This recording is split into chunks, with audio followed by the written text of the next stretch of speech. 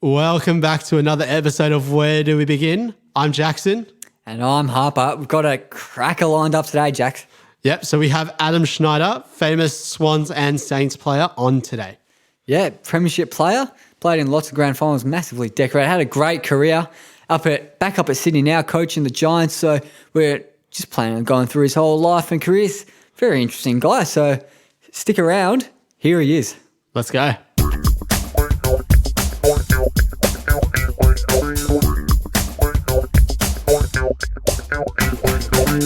All right, so we've got a great guest on this week. He's known as Snides or Schneider Man, some know him as, or just plain old Adam. But the official Where Do We Begin podcast Indian fan club knows him for the Kabaddi World Cup.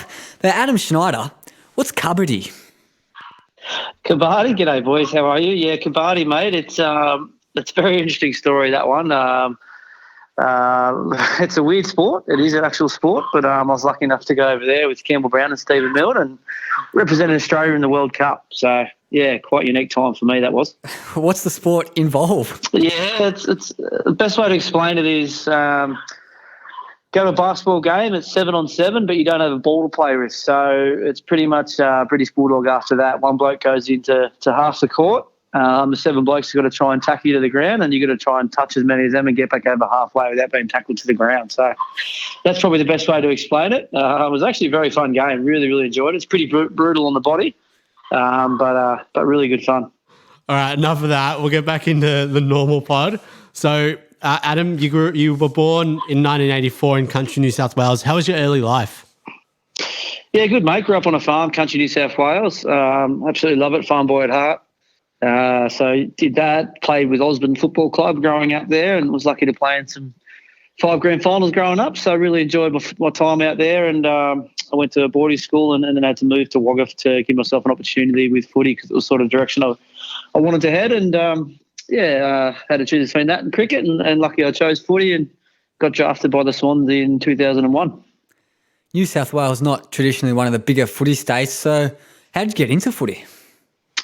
Yeah, look, when I went to school in Leeton, where I went to boarding school, it was literally half and half. It was half AFL, half rugby. So I decided to move and go to Wagga for year 10 and 11, whereas a bit more Aussie rules orientated, and it was part of the New South Wales under-18s Rams team, where they played against the other 18s teams down in Melbourne and so forth. So, yeah, that was it, mate. I just pretty much grew up on a farm. I was 2K from a footy oval out there. So me and my brothers went down to the footy oval and played footy every afternoon after school and mucked around as every kid does. And just fell in love with it from there. So there was a reason going to Wagga, but was there a huge move for you to move there, or?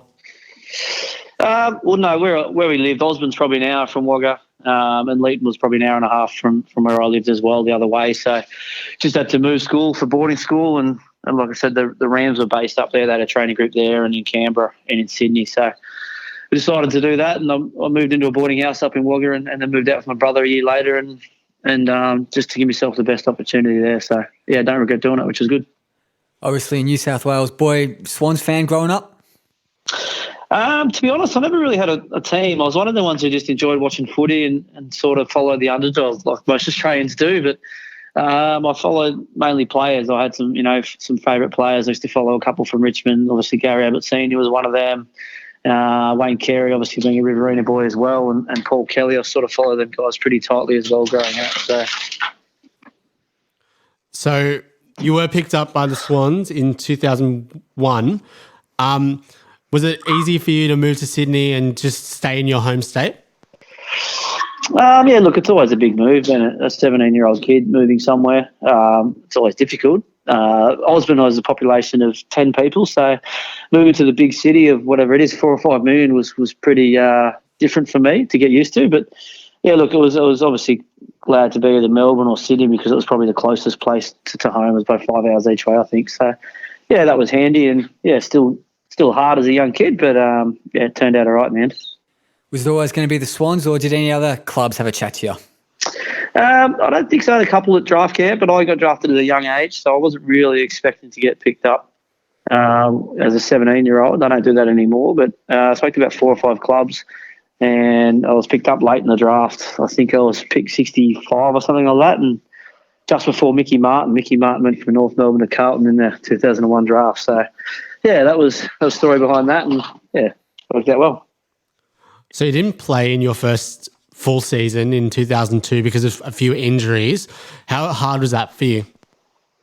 Yeah, it was very difficult. Day one, I walked in the door and they do a little body check on you and make sure you're feeling all right. And I found out I had a fracture in my foot. So the day one, I was put in a moon boot for 8 weeks and missed 4 months of footy straight up. So that was pretty frustrating and pretty, daunting as a young kid, not being able to do that. So disappointing there, and eventually got to play 3 games, I think, in the reserves, and then got glandular fever. I got sent back to the farm for 2 more months after that, I think it was, and then come back and had a couple of quad injuries as well. So, but I was lucky enough to play we were affiliated with the VFL with Port Melbourne as the Swans reserves, and we played in a final series down there, and we actually lost the grand final to Geelong down there, which had some superstars in it. So, as you said, day one, you got put in a moon boot. Was that hard to sort of integrate into the squad with the new players and the already established players? Yeah, it was. It's obviously difficult, and it's pretty intimidating at the best of times, jumping into a new group and not being able to train with them even then made it even harder. And being a quiet country boy, you thought about home a fair bit as it was. So it made difficult times, but also taught you really good resilience and not to take things for granted and build your mental strength side of things. So trained a fair bit in the gym, not being able to run out in the ground, and there's probably training with 2 or 3 blokes instead of 40 blokes, which was challenging. But like I said, it really sort of gave me, everything was upwards after that if I could get through that period of my career. The dedication that you need to get through that tough first season, has that helped you throughout your career and life in general, I guess? Yeah, it definitely did help me for sure. Like I said, it was something that was very challenging, and going through that first, I guess it sort of make you realise how important it is and how lucky you are when you are healthy and fit. And you didn't want to go back to rehab as much as possible, and that was sort of something that happened. Also had a bit of a tragedy in my second year, I think it was. My best mate's passed away at home in a car crash as well. So to have that in the first couple of years, knowing if I could get through that, I could sort of face any adversity that was sort of thrown at us. So, yeah, really good learning part for me and just my life in general. So in the 2003 season, you sort of burst on the scene, playing every game that season and scoring 30 goals and getting a Rising Star nomination. How big was that first year for you?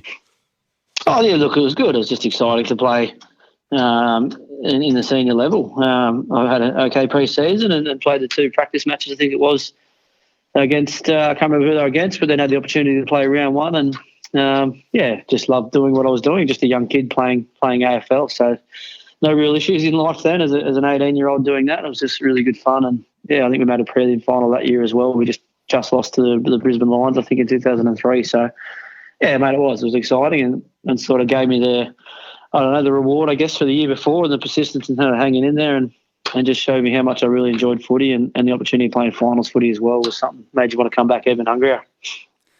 Playing every game in that first playing season of yours, is it like, geez, I'm like playing every game, I'm doing really well here, and was it like unexpected, or was it just kind of taking it as it comes, I guess? Yeah, no, I was just taking it as it comes, mate. I was never getting comfortable. You can't do that because it can bite you on the arse pretty quickly. But no, I was just excited. Like I said, a young kid who you probably don't think about it too much either. When you're younger, you're just playing and do what you love doing. You don't sort of put that pressure on you. You just go out there and play. So, and then sort of the rest was taking care of yourself. So, yeah, it was good fun. So you did end up making the prelim that year and losing to the eventual Premiers Lions. Did you sort of think after that game, we'll get here next time, we'll be fine, just every year we'll be, we'll get to the prelim? It's tough to have that confidence, no, but as a young bloke, like I said, you just sort of, you just sort of assume, or you hope you can get there every year. When you get a bit older, you get a bit realistic and understand how AFL works, and they talk about the window and all this kind of stuff. But I was lucky enough to play in some finals at Osborne and for 5 years in a row, so I sort of thought maybe this might happen every year, and I sort of got that bad mentality. But it quickly changes, and you just got to not look ahead like that, and you got to treat every finals like it's the last one you'll ever play. So we just did that, and obviously finals footy is the best footy you can play. I really enjoyed that, and you definitely learn the most in them, that's for sure. From 02 to 03, Sydney finished 11th in 02 when you didn't play, and then got to a prelim the next year. What changed in terms of, was there anything that changed in the culture of the club in those 2 years? No, I don't think so. I think we had Paul Kelly and Andrew Dunkley and Antonian Lockett and all that, I think, finished up in 2002. That was their last year, and Paul Roos took over as coach with 5 games to go, I think, in 2002 and started in 2003 over Rocket Eade. So, look, I think a few things changed in that perspective, having new players and that coming in and a new coach as well. So that was probably the main difference, mate. And, yeah, we ended up playing some good footy and getting in a good role towards the end of the year. So in the 2004 season, you were sidelined due to a hamstring injury. This early in your career, was it hard to just have all those injuries? Yeah, it's pretty frustrating, to be honest. I look back now and I only ever played one full season. I think the whole 14 years I played was I missed a game every year through injury at some stage. So 2003, I think, was that year that I was lucky to play every game. So, yeah, and I've done 18 hamstrings and 6 calves and both shoulders and both ankles and broken back and a broken cheekbone. So you sort of go through everything and it's pretty frustrating. But, again, it just makes resilience and sort of makes you feel even better when you're out there and make the most of it. Were you always a bit of an injury-prone guy, like in your junior career, or did it just like start coming in when you started AFL? No, I don't think I ever missed any footy. When I was 17, I think I missed about 6 weeks with a shoulder injury in the under-18s carnival. But other than that, I was just a young kid who played footy all the time. And in the country, I remember playing under-14s, under-17s and reserves on the same day because the teams were short, and that's just what you did in country footy. So, no, I never really had it as a young kid, just enjoying playing footy. So moving on to 2005, you played every game after round 16, and then you eventually made the grand final, winning the game with the Leo Barry moment. How big was that for you in your 4th footy? That was unbelievable. Yeah, it was something that still sends shivers down your spine when you see that. And he's got friendships for life with a lot of players that he played with in that as well. So, yeah, that was unbelievable. I think I was on the bench at the time when Leo took the mark. And I remember Jason Ball was there as well. We were just walking up the sideline and just couldn't do anything because we're on the bench. And, we knew there was not long to go. So we're just that nervous and anxious to what was happening. The siren went. I remember big Jason Ball just grabbed me and shook me and threw me to the ground and he said, "We did it." So it was amazing times. And like I said, something I'll never forget. It was a bit of a blur after that, but she was pretty good.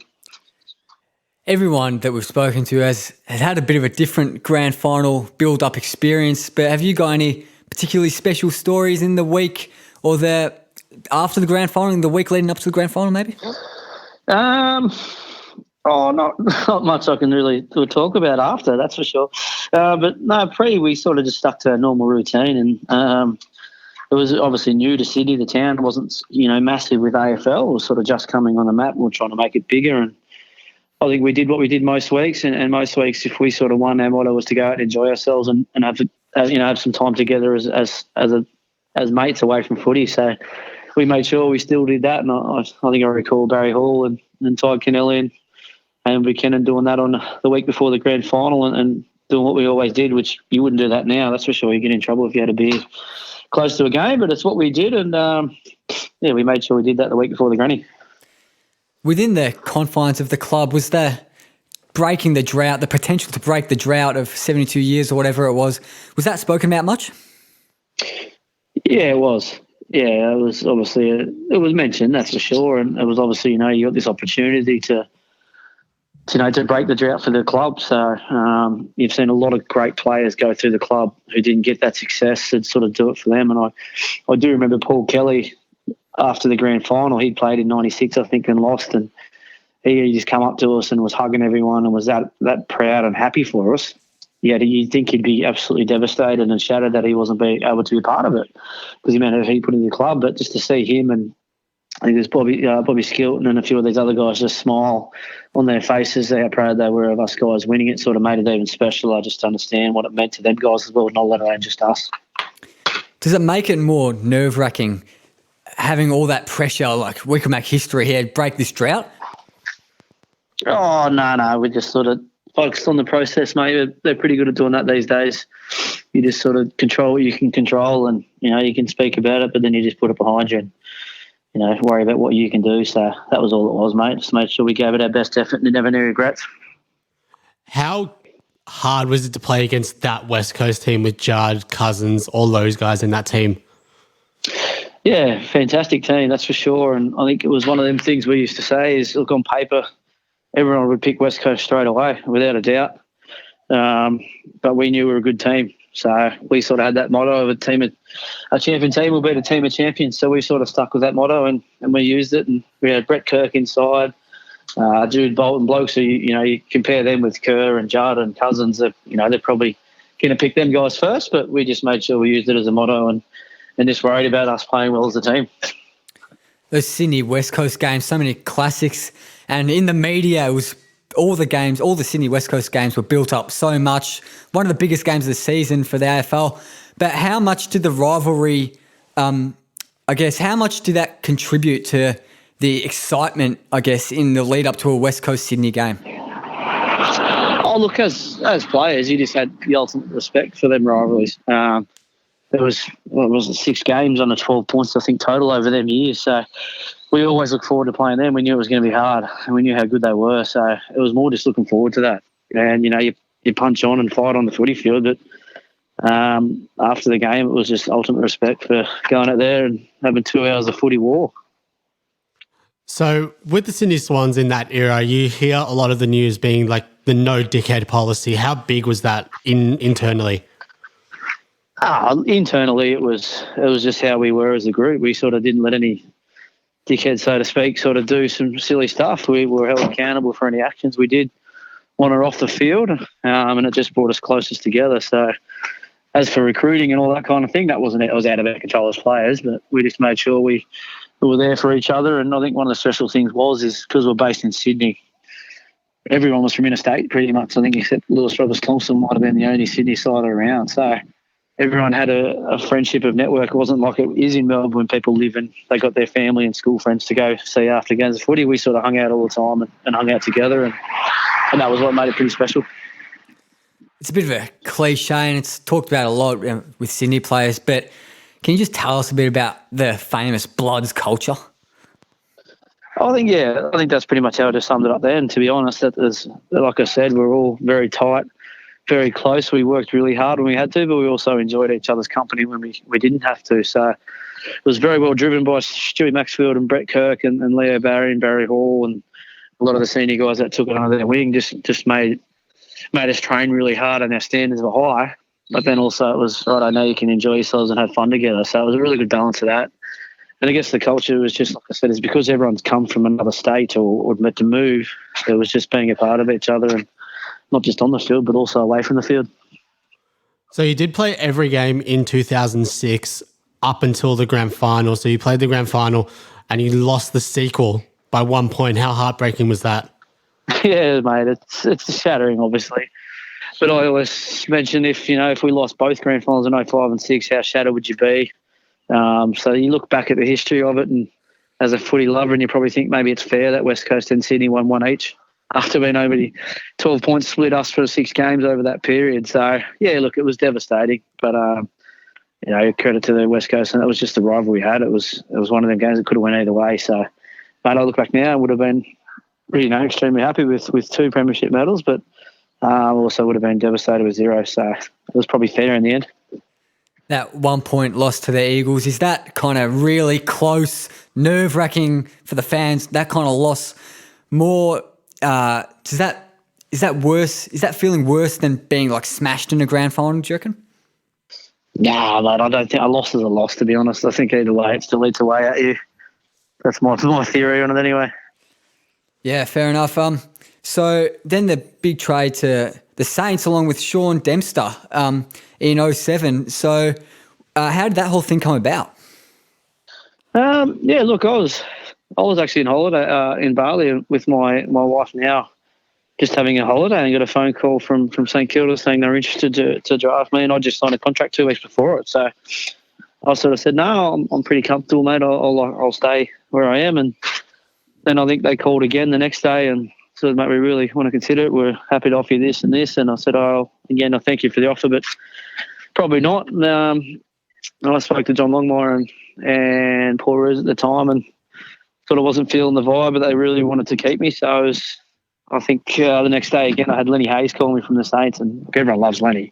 You can't say no to Lenny Hayes. So Lenny rang me and said, "Oh, okay, mate, you got me, buddy." So and then I sort of made the decision then, which was big, because I was sitting around a pool with my sort of new girlfriend at the time, is now my wife, and just having a good time. All of a sudden, the next day I was packing up my whole life and moving down to Melbourne just like that. So it was never planned or anything like that. It sort of happened over a 3-day period and changed like that. But looking back, it was probably one of the best things I did personally for my career. Yeah, do you think it was just a chance at a new start? Oh, I think so, mate. I think in the end I just a little bit disappointed in the way I just signed a contract 2 weeks before it, I think it was, and yet they were happy to let me go. So it was like they didn't really want to keep me. So I just thought, you know what, well, I'll get out of my comfort zone and go test myself in a new place. And I looked at the St Kilda list, and I knew Ross Lyon because he was at the Swans before it, and thought it was an opportunity to try and further my career, and I think it did in the end. We've talked about with a few of our guests the big city rivalry. Are you Melbourne or Sydney? It's a tough one. A bit of both. I've moved back up to Sydney now, so my wife's got a bit of family up here. But yeah, I think I like the Sydney weather better. Yeah, fair enough. It's always nice and sunny out there whenever I've been there. But then the overall reflections on the Sydney career, 98 games, and then finals pretty much every year you played. So was that like kind of better than anything you could have expected? The Sydney time, yeah, of course, mate. You told me that before I got drafted, you'd take it in a heartbeat. So, I love my time up here, and I've still got friends, which I will have for life. And as you move on, you sort of look back and you don't hold any grudges. You just understand it's a business out to a lot of the people. So, it was definitely very, very good learning for me and a good start to my career. So we hear from a lot of Sydney-based players that when they go out in the street, they don't get recognised, and it's a very easy place to live because it's not a huge bubble. But then you moved into the Melbourne bubble, where you're on one of the bigger clubs on the south side of the city. How was that transition? Yeah, it is a massive difference, that's for sure. Just walking down the street, walking to get a coffee, you're just not sure if people are staring at you. What didn't really worry me too much, I wasn't a very high-profile player, but a lot of the senior guys would. Nick Reward, I remember, just sort of hate going down just to get dinner sometimes because you get pestered the whole time. So it is a massive difference down there, but it's the footy state of Australia, so it's also a good thing as well. You get to watch a lot of footy there as well, but it's a big change, and just everyone up here is a bit more laid back and don't really know AFL as much. St Kilda, in your first season there, I think finished fourth, lost in a prelim. So having another good start at a club, was that, were you expecting to do so well in your first season, I guess? I think we had a really good list at the time, to be honest. With Ross Lyon taking over coaching second year there, they had a lot of talent, and Dalsano, Rewalt, Montagna, Kaczynski, the list goes on a little bit longer. So I think the expectations are high from the outside. But the possibility was we felt comfortable we could get there. And 08 was a really good start to that. We got to a prelim and we lost to Hawthorn. I think we won the grand final the week after, maybe. And then, we sort of knew then as a team we were capable. So we made sure we gave every possible chance and had a big pre-season that year and led us into a good start to 09. So the next season, 09, probably one of the biggest seasons in the club's history, only losing 2 games all season. How big was that year for you guys internally in the club? It was massive, yeah. Ross Lyon did an unbelievable job to get us together and fight. And the style we played was super hard on the body, and it took a lot of mental strength and to rock up each week and continually do it.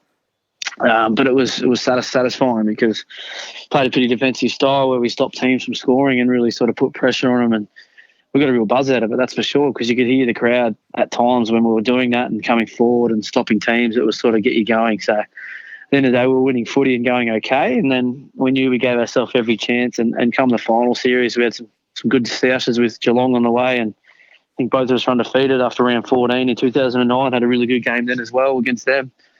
And then coming to the final series, it sort of went all the reward for effort and work would sort of pay off, we hoped. And we look back and look, we had a crack and we gave it everything we could. And unfortunately, Geelong were better on the day. Famously, 19 games won in a row in 09. That's not many teams do that. It's really pretty astonishing. Is there anything that Ross or anyone else said to you to kind of keep your heads focused and not keep that streak going? Oh, I think so. You don't talk about the streak when it happens. It's probably the media that sort of pumps it up. But I think it was around 18. We're going for our 18th win, and we went to Tassie to play Hawthorn. And I remember resting 7 of our best players. I think it was Lenny Hayes, Nick Rewalt, Sam Fisher, might have been Dalsano, Montagna, and we thought, Rossi just wants to get this loss out of the way, and to get the hoodoo offer, so to speak. But we actually went down there and won with sort of a second-tier team, and that was one of our best wins for the year. I do remember that. So that sort of proved to us it didn't matter who we had in the team or what we had. You had to play your role for the team, and it'll give you our best chance to win. We never spoke about results. We just spoke about the process and what'll give us our best chance to win games of footy. So that was our whole mindset. And I think the next week we might have lost to Essendon or someone, I think, with all them, Bombers, our AA players coming back in. So in the end of the day, it worked out well. And look, we've got the most games in a row, and it was an unbelievable effort, and we'll never forget it. But it just sort of set us up for a good final series.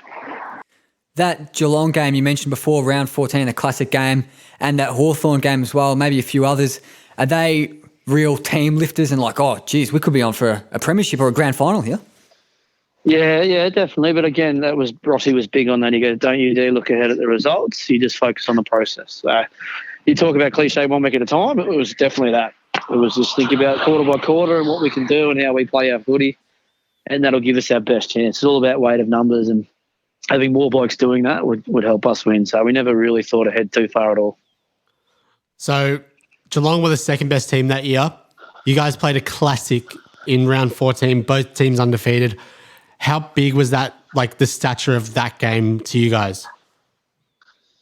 Yeah, it was huge. It was a great build-up, 2 really good teams, and a really good game of footy. It was an unbelievable game of footy, that round 14 one. So to get the win on that, again, probably just, drew a bit of confidence knowing next time we played him, we've done it before, and sort of a good feel out for us. But it was definitely a mentally a good edge for us. Obviously didn't work looking back, but it was good to have a win there, that's for sure.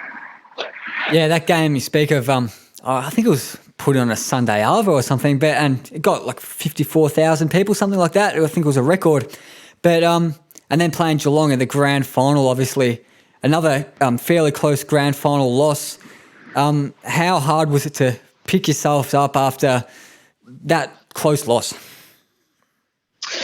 Oh, yeah, look, you go through it, and at the end of the day, that's why you play footy, is to play in finals and hopefully win them. They're that hard to get in, let alone win one. You sort of just got to pull your head out of your ass, I suppose, and just, you can't suck about it because you just want to keep getting there and give yourself the opportunity. So that was sort of the mindset, was deal with what happened, acknowledge it, use it as motivation later in the year going forward. And like I said, it's what we love doing, playing finals footy. So just motivated us to get back there even more. And you did get back to the final series the next year in 2010. You beat the Doggies the second year in a row in the prelim. Did that sort of eventuate as a huge rivalry for you guys? Look, I think we played them in 2 or 3 in a row. I think it was. We beat them. The rivalry for them, it was always good games of footy too. I think it might have been just one of them teams. I think we might have had more wins against them than they did against us. So I really enjoyed them games too. They were great. Prelim finals are awesome footy as well. The crowd's always even louder than it is in a grand final because it's more sort of based as the 2 home teams. Whoever's playing, they get all their supporters in. So we had some rippers there, and some really good games of footy, and we were lucky enough just to pinch them both towards the end, I think. Yeah, so I remember the Doggies. They were kind of always in and around that prelim spot, but never quite got there.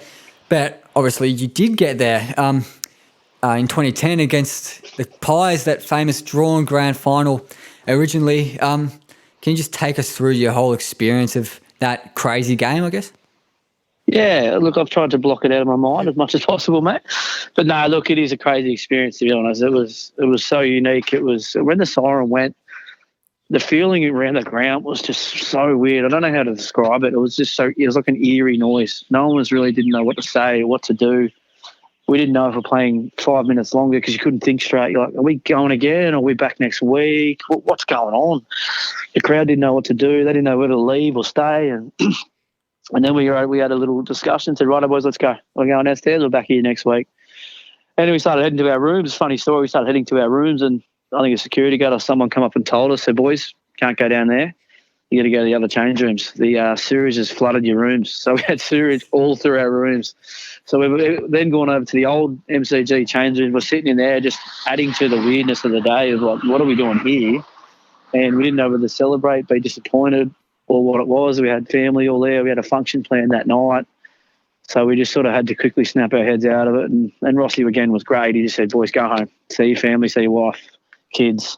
Let's meet tomorrow and we'll discuss it and see what we're going to do. So we did that. And I remember ringing Stevie Milne on the way home. I said, how you feeling, buddy? And he goes, mate. And Stevie Milne's one of the most up-and-about guys you'll ever meet. He goes, mate, we're playing another grand final next week. How exciting is that? You know, you play in one. We can opportunity to play in another one. So if you look at it like that, it's like, well, he's right. Everyone would give an opportunity to play in one grand final. We're going to have a chance to play in two. So we quickly flicked the mindset to do that and really enjoy it. And yeah, we played in the replay, but unfortunately didn't go our way. Yeah, that, I guess, very different kind of grand final loss, that replay. Do you reckon there was any kind of some mental issues in the team that kind of led to the, I guess, demolition, you have to call it, in that grand final? Nah, I don't think so. I think we prepared as best we did, as we could have. Collingwood prepared the best they did. I think we kicked 2 goals 11 at half time. Or something like that. So we had our opportunities. And honestly, Collingwood were probably the better team for 2010 over the whole year. I felt probably Saints were probably the best team in 2009 for the whole year, except for grand final day. And Collingwood probably were for 2010. So, look, we just got beaten by a better team on the day.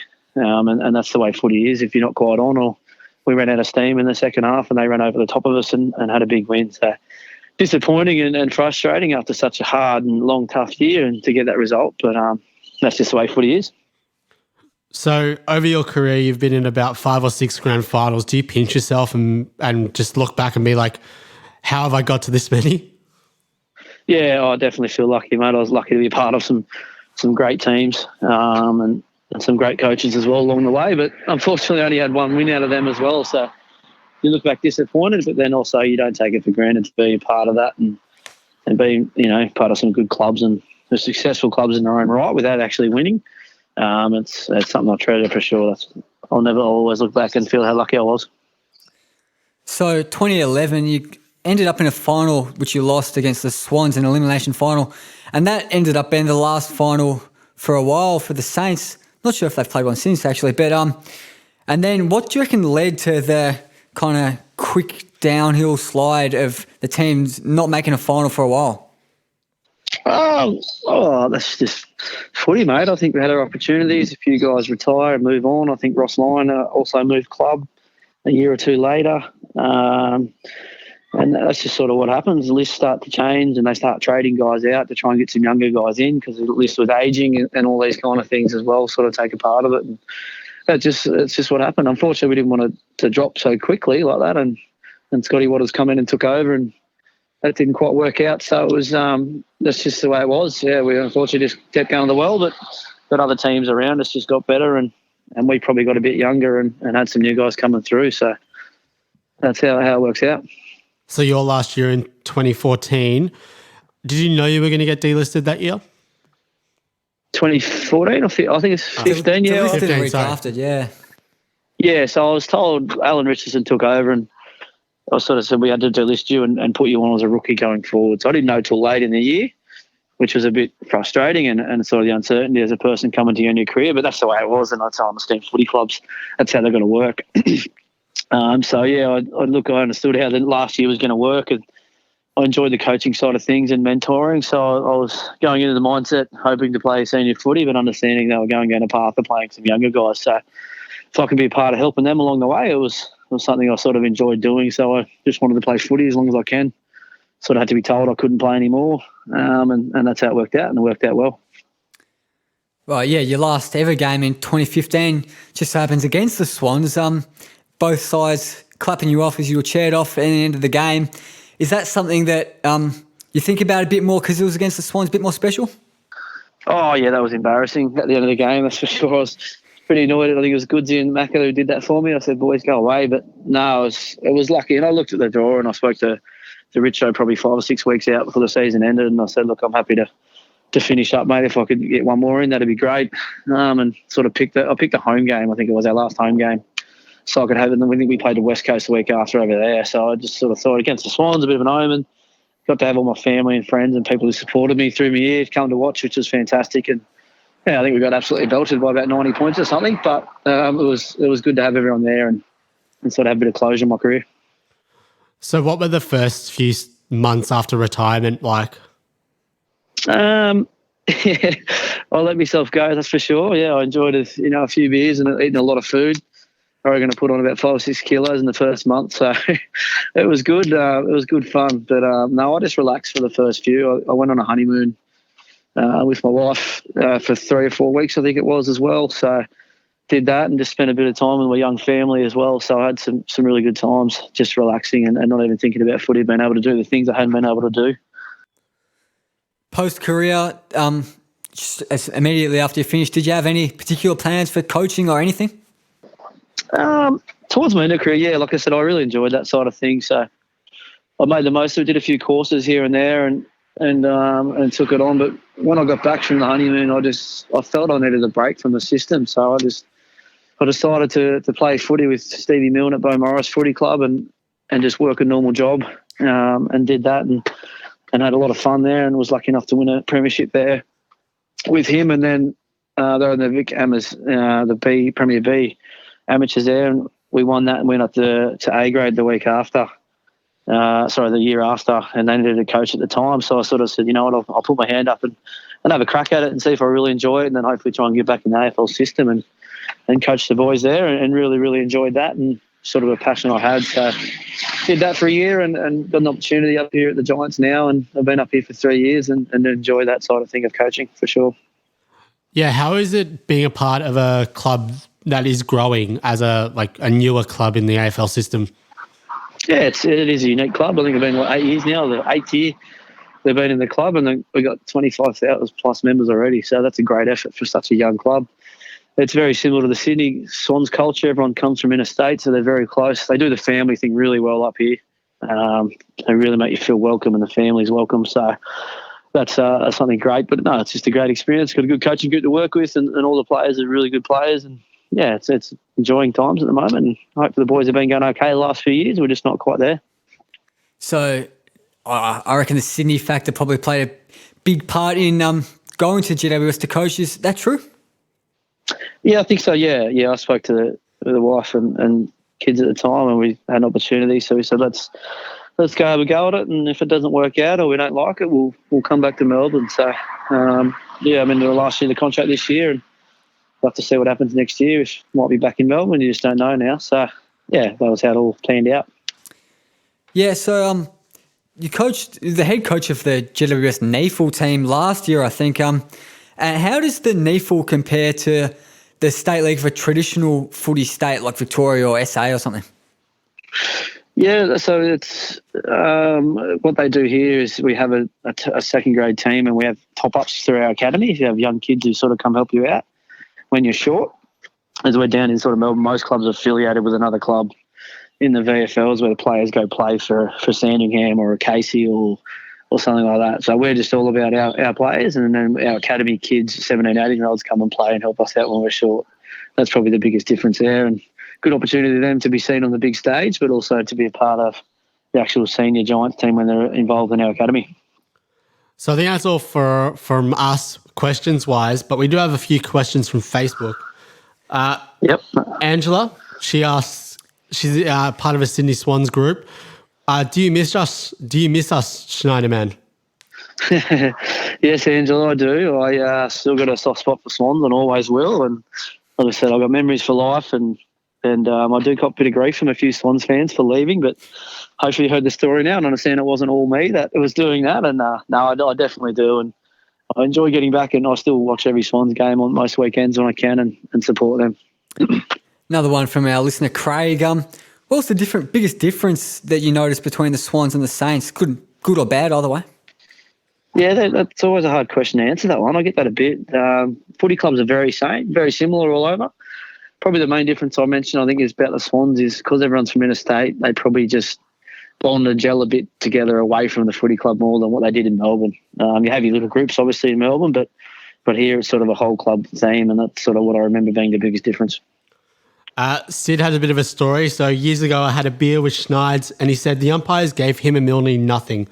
Do you think that Toby Green is getting the same treatment? Who's that, Toby Green? Yeah, look, I've got to be careful what I say here, but yeah, I think we saw last week he missed a few free kicks he probably should have got. So I'll let you read between the lines of that one. How much did that play on your mind? Just for me, how much did that play on your mind, getting that unfair treatment from the umpires, I guess? Oh, look, no, not too much, mate. It's just frustrating, and you get caught up in the heat of the moment. And I probably didn't help myself, and Milne definitely didn't either, by saying a few things you probably shouldn't to umpires. And they're human, mate. They make mistakes and they miss things just like we do. So you try not to let it affect you, and you got to try and let it go as soon as you can, because otherwise it just plays in your mind for longer in the game. Last one. Jack wants to know, what's the best memory you've had in your career? I can't go past the 05 grand final. But, probably all finals games, to be honest, mate. Every single final game I remember very clearly. I just love playing finals, and I'll never forget them. All right, so moving on from the listener questions, our last little segment, it's the famous quiz that all our listeners know of. So, Adam, you're going to be going head-to-head against my co-host here, Jackson. So I've got 5 questions for you. You just got to buzz in with your name. Pretty simple. Get that? No worries. All right, so for question 1, I believe you hosted a little program on the Saints TV channel. We've got an audio grab of that. Schneider man. Does whatever a spider can. Look out! Here comes Schneider man. And so we've got a little thing from an interview you did with Dylan Robertson, if we can go to that one. Are you superstitious? And what superstitions do you have before a game? Yeah, it's a pretty simple one. I always like to put my socks on before my boots. So good stuff from Dylan there. So speaking of superstitions and phobias, I guess, so can you tell me, what is frigatriskaidekaphobia? What's that the fear of? Jackson? Jackson, go for it. Is it the fear of long words? No, it's not. Adam, want to have a crack? It's a pretty common phobia. Mate, I'm going to say socks. I don't know. Socks is incorrect. It's Friday the 13th. Fear of Friday. What was the answer? It's the fear of Friday the 13th. Yeah, right. Never would have got that one. Yeah. So, Adam Sandler and Rob Schneider, mixing your name up there, they've appeared in 18 of each other's movies. Can you name 2? Yep, Adam. Adam, go for it. Grown-ups and Grown-ups 2. Yeah, that's correct. There you go. Well done, 1-0, Adam. Good stuff. So we're going to go to question 3 now. So you played 98 games for the Swans, and against England at Trent Bridge, and on his Test debut, Ashton Agar famously broke the record for the highest Test score by number 11 with 98 runs off just 101 balls. It's crazy. And his partnership was with Phil Hughes. Closest to the pin, how many runs did that partnership earn? Adam, go for it. 168. 168 is incorrect, but it's closest to the pin. So, Jackson, you want to have a go? 160. Oh, wait, no, 174. Yeah, you got to take overs. Adam gets the point. It's 163. Oh, bang. Yeah. So, yeah. That's pretty close. Yeah, it is. Ashton getting most of the runs there. Don't really remember that, but there you go. No, I remember him watching. He went pretty hard on it. I remember that. But there you go. Yeah, there you go. So, moving on, 2-0, Adam. Question 4. So, you spent a bit of your early life in Wagga Wagga. The Chiko Roll. It debuted at the Wagga Show in 1951. Can you tell me 5 ingredients of the Chiko Roll? Adam, go for it.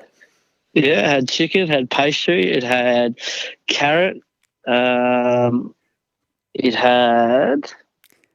I'm not going to accept pastry as an ingredient. I need a bit more specifics than that. Oh, mate. Can't tell you. You've obviously Googled and look what it is. I'm only going off when I ate it. So Jackson, want to have a crack? I don't think I've ever had a Chiko roll. Cabbage, maybe? Cabbage is one, yeah. Oh. Cabbage, carrot, salt, I'd say. Yeah, salt. Somewhere in there. Salt. Somewhere in there. Yeah, it's in there. what do you mean? There's salt in there, Adam. So we may as well chuck pepper in there too then. I don't know. Okay, well, main ones, I won't list them all, but you've got a bit of wheat flour, a bit of cabbage, water, cooked barley, carrot, beef, a bit of wheat cereal and celery. So a few more. But So he doesn't get that point, does he? no, he didn't name 5, so he doesn't get the point. So it's 2-0 to Adam on our last question, but our last question is a who am I question. So we're going to go down from 5 points with a series of clues. So I'll give you a clue for each point, and it's going to go all the way down to 1 point. So Jackson needs 3 points to win. So let's do it. For 5 points, I've played the 6th most games wearing Adam Schneider's number 13 in VFL AFL history. And Adam, you're 7th for wearing number 13 with 204 games in that number. Someone want to have a crack? Or should I move on? Brett Voss? Brett Voss is incorrect. So, Adam, now that you've buzzed in, I can't take one of your answers till Jackson gets it wrong. So, Jackson. Oh, you didn't tell me. You didn't specify that, mate. I thought you had a free shot at it. Yeah, I've got to say it. I'll let you go. I usually say that before, but I just forgot about it. So I'll let both of you go at this one. 4 points. So I've won 1 premiership and 2 best and fairest over the course of my career. Should I move on? Yeah, move on. I've got one, but I'm too scared to say it. Yeah, so I probably intimidated you a bit there by being a bit harsh. Well, okay, anyway, for 3 points, Jackson, you got to get this one to win. So I'm a midfielder who's played 205 AFL games and kicked 137 goals. Do you want to have a stab? 1 premiership, 2 BNFs. Number 13. Should I move on? Do you want to go for the draw? I've got no clue. We'll go for the draw. Okay, so I'll go for 2 points. I was drafted at pick 18 in the draft where Jack Watts was taken at pick 1. Jack Watts. So that would be 2007. It's 2008 draft, I think. Right, yeah, okay. Do you want to go for the draw? Or do I move on? Do you want to Honestly, have a guess? Now I'm blanking on where's number 13. Okay, well, Yes. I'll move it on. For 1 point, both of you got a shot at it, but Adam, you've already won, so a bit of a dead rubber. The 2018 West Coast versus Collingwood Grand Final led to one of my nicknames, Norm. Gaff. Adam. Andrew Gaff. Andrew Gaff's incorrect. So, Jackson, want to have a go at it, Jackson? Oh, who won the norm? Who won the norm in that game? Oh, you idiot. Sorry. No worries. Adam, you can have a go if you want. It's a bit of a dead rubber. Have a go. I don't know. I've forgotten it. I left right after the final siren in that game. I know who it is. I just can't think his name. He's Wait, is it Brad Shepherd? Brad Shepherd's incorrect. His No. first name starts with an L. I know he's a midfield. Yeah, I know exactly who. I just cannot picture his name at the moment. Luke Shuey. Shuey is correct. That's it. Gaff's number three, not third. Yeah, eh? number 3. So well done. 3-0 win to Adam. Can we have a round of applause?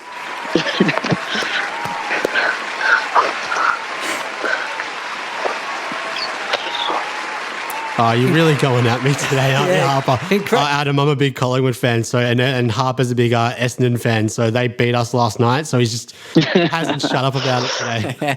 Yeah, so, Yeah, no, you deserve it anyway, mate. yeah, one of the better moments of your career, I reckon, that quiz win, Adam. So well done. Yeah, thanks, guys. I'll remember that forever. Well, I think that just about wraps us up. So big thanks for coming on, mate. Too easy, guys. Appreciate that.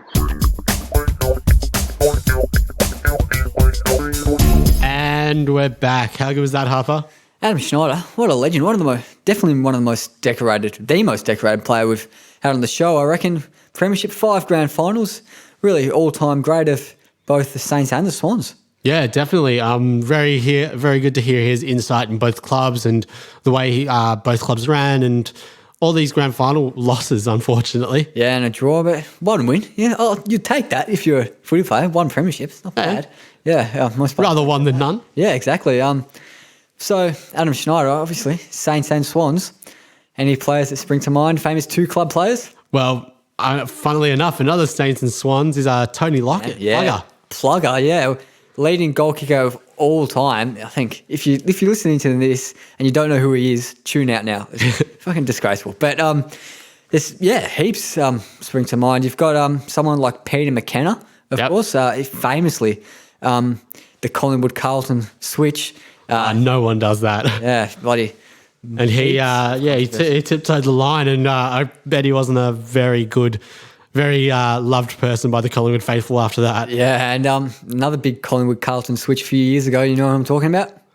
The Fazzy boy, the Prince of Perth. Oh no, I wasn't talking about him, but yeah, there's him as well. Prince of Perth. Well, Daisy he Thomas wasn't traded, but Daisy as well. Yeah, Daisy. That was a lot of players going from Collingwood to Carlton. Yeah, and I remember Travis Cloak going to the Bulldogs, and it was his first game, I think, for the Bulldogs, playing against Collingwood, and he got harassed by all of course. Anyone who leaves Collingwood in that sort of fashion. But I love Clokey. I always did. So big fan of him. How about any Essendon? Can you think of any big Essendon ones?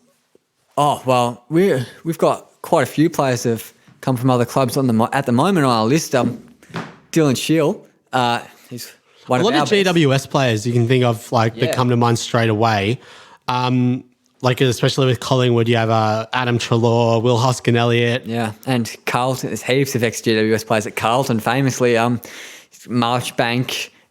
Who else have you got? Geez, Carlton, a bit of a small club. Can't really think of many of their players. But, Essendon's got lots of players. Andrew Phillips, cracking performance the other night against the Pies, your team. That was very good. I think he's 3. Cut that. And one of the bigger players in the league at the moment, Gary Ablett Jr. Oh, Gary Ablett Jr. Of course, he's had a couple trades, but only 2 clubs. Only 2 clubs. Even his dad. Yeah. Hawthorn and Geelong. Yeah, if you've listened to the podcast, the 89 podcast the other week, check that out if you haven't. Talk about him a bit. Gary Ablett, 350th game the other week. That was good against the Suns. Yep. What a superstar. Yeah.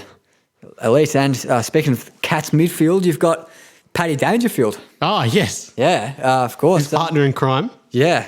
There's just so many. I think it's fairly common because you see all the interstate guys want them to move back to their home states. Exactly. And also like Tom Lynch. Is he a Melbourne boy? Yeah, I think he's a Melbourne boy. 2 clubs. Yeah. It's a shame to see all the guys who left not GWS because they're so successful right now, but like a Gold Coast. Yeah. Imagine the team they would have had right now. Like they're doing well this season, but imagine the team they would have had if they still had like a Gary Ablett, a Stephen May, Tom Lynch. They'd be unstoppable. The Gold Coast team reunion in 10 years or so, half the players are going to be 2 club players there. But you've got someone like heaps of Brownlow medalists spring to mind. I mentioned Chris Judd, West Coast and Carlton, and Gavin Wanganeen. Won the Brownlow in 93, I think. Essendon and Port. Nathan Buckley, Brisbane Bears, Collingwood. Of course, yeah. Played the 1 year at Brisbane and then had to... Well, the whole thing of it is he'd come to Brisbane for a year and then he could choose wherever he wanted to go. And I think another bit Essendon-centric here, but Tim Watson was on the list of West Coast in 92, I think, in 1992. I'm not really sure what the story behind that is, so let us know on the socials, link in our show notes there what they are. But and they came back to Essendon for 93, so technically at 2 clubs, never played for West Coast. Yeah, that's probably enough from us. But if you have any of your favourite players or 2 club players, be sure to let us know on the socials. Yeah, exactly.